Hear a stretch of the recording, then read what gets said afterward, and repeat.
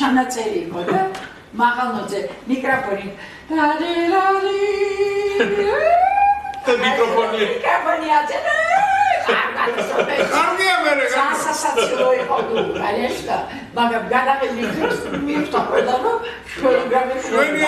გაუშვა თუ სასაცილო ტიპი ეს ტადიშულთან ერთად რო იმერა მაგის ნათესავთა ხო?